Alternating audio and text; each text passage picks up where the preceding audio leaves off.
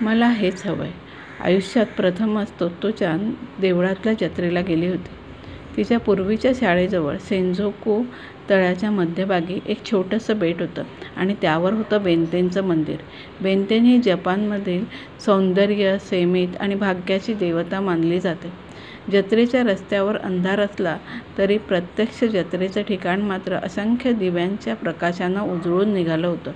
आई-बाबांबरोबर जाताना तोत्तो-चान रस्त्याच्या दुतर्फा असलेल्या प्रत्येक दुकानात डोकावत होते. चहूबाजूंनी चित्रविचित्र आवाज येत होते. तऱ्हेतऱ्हेचे खाद्यपदार्थ आणि विविध वस्तूंची दाटी झाली होती.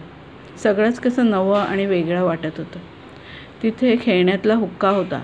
तो ओढला की मस्त पेपरमिंटचा वास यायचा आणि घशाला थंड वाटायचं.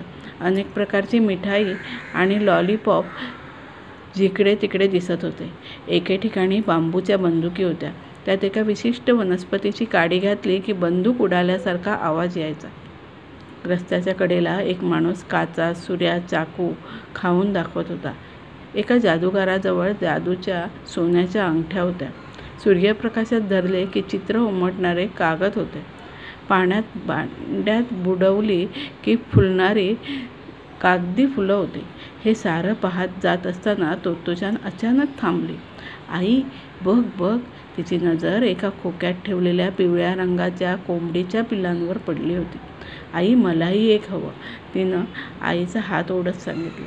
घे ना गं माझ्यासाठी एक, घे ना. ती पिलं तोत्तो-चानकडे माना उंचावून बघत होती आणि खोक्यातल्या खोक्यात उड्या मारत कलकलत होती. किती गोड आहेत ना ही पिलं. तोत्तो-चानच्या मनात आलं, या पिलांइतकं सुंदर जगात काहीच असू शकणार नाही. घे ना. तिनं मोठ्या आशेनं आई-बाबांकडे बघितलं. पण आश्चर्य म्हणजे बाबांनी तिचा हात धरून तिला पटकन बाजूला केलं. पण तुम्ही तर म्हणाला होता की जत्रेत तुला हवं ते घेऊन देऊ. मला हेच पाहिजे. राणी, अगं ती बिचारी पिल्लं लवकरच मरून जातील. आईनं शांतपणे समजावण्याचा प्रयत्न केला. कशी? तोत्तो-चाननं विचारलं आणि चक्क रडायला सुरुवात केली. बाबांनी तिला जरा बाजूला घेतली आणि दुकानदाराला ऐकू जाणार नाही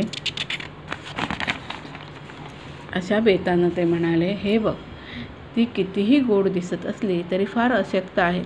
ती फार जगणं शक्य नाही आहे. नंतर तुलाच खूप वाईट वाटेल. म्हणून आम्ही ती घेत नाही, समजलं? पण मी त्यांना मरू देणार नाही. त्यांची नीट काळजी घेईन. तोत्तो-चानला ती पिलं हवीच होती.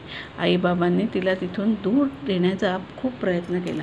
हे बघ, शेवटी तुलाच त्रास होईल म्हणून सांगतोय ना.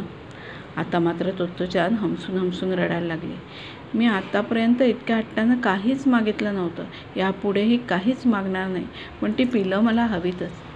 अखेर आई-बाबांनी हार मानले. मुसळधार पावसानंतर स्वच्छ सूर्यप्रकाश पडावा असं तोत्तो-चानला झालं. छोट्याशा खोक्यात 2 पिलांना घेऊन ती नाचत नाचतच घरी आली. दुसऱ्या दिवशी सुताराला बोलवून त्याच्यासाठी एक लाकडी खोकं आईनं करवून घेतलं. पिलांना उबदार वाटावा म्हणून आत एक विजेचा दिवाही बसवून घेतला. तोत्तो-चान अख्खा दिवस पिलांकडे पाहत असे. ती पिल्लं खरोखरच गोड होती. पण अखेर 4थ्या दिवशी त्यातल्या एकाची हालचाल थांबली आणि 5व्या दिवशी दुसऱ्याची. तोत्तो-चाननं त्यांना खूप हाका मारल्या, पण त्यांनी मान वर करून तिच्याकडे बघितलं नाही की चोच उघडली नाही. आई-बाबा म्हणाले होते तसंच झालं होतं. स्वतःशीच रडत तिनं बागेत एक खड्डा खणला आणि ते दोन्ही निर्जीव पक्षी त्यात ठेवले. वरून माती लोटून तिनं त्यावर छोटी फुलं वाहिली. रिकामं लाकडी खोकं भकास दिसत होतं आणि त्याच्या कोपऱ्यात अडकून राहिलेलं एक पिवळं पीस पाहून तिच्या आठवणी अनावर होत होत्या. ओठ आवळून ती मनातल्या मनात रडत होती. यापूर्वी तिनं इतक्या उत्कटपणे कशाचीच इच्छा केली नव्हती आणि ते सगळं इतक्या पटकन संपलं होतं. तो तिचा विरहाचा आणि दुःखाचा जीवनातला पहिलाच अनुभव होता. सगळ्यात खराब कपडे. मुख्याध्यापक नेहमी पालकांना सांगत, मुलांना शाळेत पाठवताना त्यांचे सगळ्यात खराब कपडे घालत जा. कपडे खराब असले की ते मळण्याची किंवा फाटण्याची भीती नसे. कपडे गळण्याच्या किंवा फाटण्याच्या भीतीनं मुलांनी मोकळेपणानं न खेळणं त्यांना लज्जास्पद वाटायचं. मुलांनी मुलांसारखं असावं आणि त्यांनी निष्कारण काळज्या करू नयेत असं त्यांचं स्पष्ट मत होतं.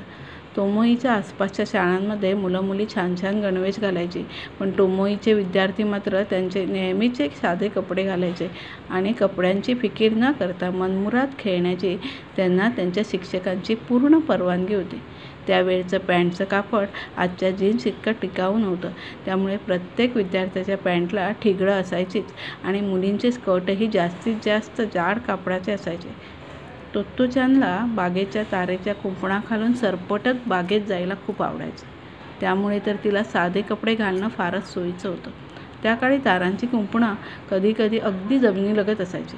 त्याखालून सरपटायचं म्हणजे अक्षरशः कुत्र्या मांजरासारखं अंग चोरून जावं लागे. कितीही काळजी घेतली तरी तोत्तोचानचे कपडे तारांमध्ये अडकायचे आणि फाटायचे. तिचा एक मलमलचा फ्रॉक होता.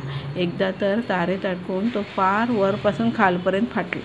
खरं म्हणजे तो खूप जुना होता, तरीही आईचा खूप आवडता होता. त्यामुळे आईला कसं सांगायचं हा प्रश्नच होता. खरं सांगायचा धीर होईना. तेव्हा तिनं खूप विचार करून थाप मारायचं ठरवलं. आई, असं मी रस्त्याने येत होते ना, तेव्हा काय माहीत कोण मुलं होते, पण त्यांनी माझ्या पाठीवर चाकू फेकला आणि माझा फ्रॉक फाटला. तिनं घाईघाईनं खोटं बोलून टाकलं. आणि यापेक्षा जास्त आईनं काही विचारलं तर? पण सुदैवानं आई एवढंच म्हणाली, बिचारे. तोत्तोचाननं सुटकेचा निश्वास टाकला. आईला नक्कीच पटलं असणार. तशा परिस्थितीत ती तरी काय करणार होती? अर्थातच आईचा चाकूच्या त्या गोष्टींवर विश्वास बसणं शक्य नव्हतं आणि तोत्तोचान असं थापा कधीच मारत नसे. आईला जाणवलं की फ्रॉक फाटल्यानं तोत्तोचानला खूप वाईट वाटलं असणार आणि आईला त्यातच समाधान होतं. पण बऱ्याच दिवसांपासून आईला अजून एका गोष्टीचं कुतूहल होतं आणि ते विचारायला ती छान संधी शोधत होती. चाकू वगैरेमुळे तुझा फ्रॉक फाटला हे ठीक, पण तुझ्या चड्ड्या कशा फाटतात, आणि त्याही नेहमीच? तोत्तोचाननं क्षणभर विचार केला.